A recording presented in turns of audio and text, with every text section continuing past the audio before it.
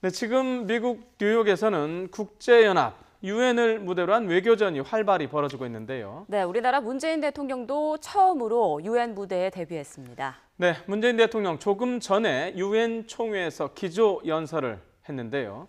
북한이 스스로 핵을 포기할 때까지 국제사회가 더욱더 강도 높고 단호하게 대응해야 한다고 강조했습니다. 또 모든 노력은 전쟁을 막고 평화를 유지하기 위한 것이라며 한반도에서 유엔에 보다 적극적인 역할을 주문했습니다. 자, 그럼 뉴욕에서 대통령 해외 순방길을 동행 취재하고 있는 기자 연결해서 자세한 내용 들어보겠습니다. 김도원 기자. 네, 뉴욕입니다. 자, 문재인 대통령 말씀드린 것처럼 첫 유엔 총회 기조연설을 했는데요. 북핵 문제 해결을 위한 국제사회 공동의 노력을 강조했군요. 그렇습니다. 문재인 대통령이 1시간쯤 전에 첫 유엔 총회 기조 연설을 마쳤습니다. 문 대통령은 북한의 6차 핵실험 이후 더 강한 제재와 압박을 강조했던 것처럼 오늘 연설에서도 북한이 스스로 핵을 포기할 때까지 국제사회가 더욱 강도 높고 단호하게 대응해야 한다고 강조했습니다. 문 대통령은 모든 나라가 안보리 결의를 철저히 이행하고 북한이 추가 도발하면 상응하는 새로운 조치를 모색해야 한다며 이같이 말했습니다. 또 북한은 무모한 선택을 즉각 중단하고 대화의 장으로 나와야 한다며 핵무기를 검증 가능하고 다시 되돌릴 수 없는 수준으로 포기할 것을 거듭 촉구했습니다.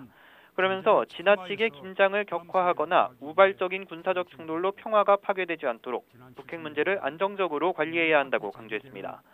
국제사회의 모든 노력은 전쟁을 막고 평화를 유지하기 위한 것이라며 한반도에서 다자주의 대화를 통해 평화를 실현하는 유엔 정신을 구현해야 한다고 부각시켰습니다. 문 대통령은 이런 유엔 정신이 가장 절박한 곳이 한반도라며 도발과 제재의 악순환을 멈출 근본 방안을 마련하는 것이 지금 유엔의 가장 중요한 역할이라고 강조했습니다. 이를 위해 지금보다 유엔이 더 적극적인 역할을 해달라고 주문했습니다. 문재인 대통령은 자신은 이산가족으로 전쟁이 유린한 인권 피해자라며 지구상 유일한 분단 국가 대통령으로서 평화는 삶의 소명이자 역사적 책무라고 밝혔습니다. 또 민주주의의 위기 앞에 우리 국민이 들었던 촛불처럼 평화의 위기 앞에서 평창이 평화의 빛을 밝히는 촛불이 될 거라며 절박한 호소를 담아 각국 정상을 평창 동계올림픽에 초청하면서 연설을 마쳤습니다. 문 대통령은 이번 기조연설에서 평화, 유엔을 30번 이상 언급했지만 베를린 구상에서 10번 이상 언급했던 대화는 3번만 언급했습니다. 북한이 추구하는 북미 대화의 틀에서 벗어나 다자주의를 통한 대화 테이블을 만들어보자는 구상을 연설에 반영한 것으로 풀이됩니다. 지금까지 뉴욕에서 YTN 김도원입니다.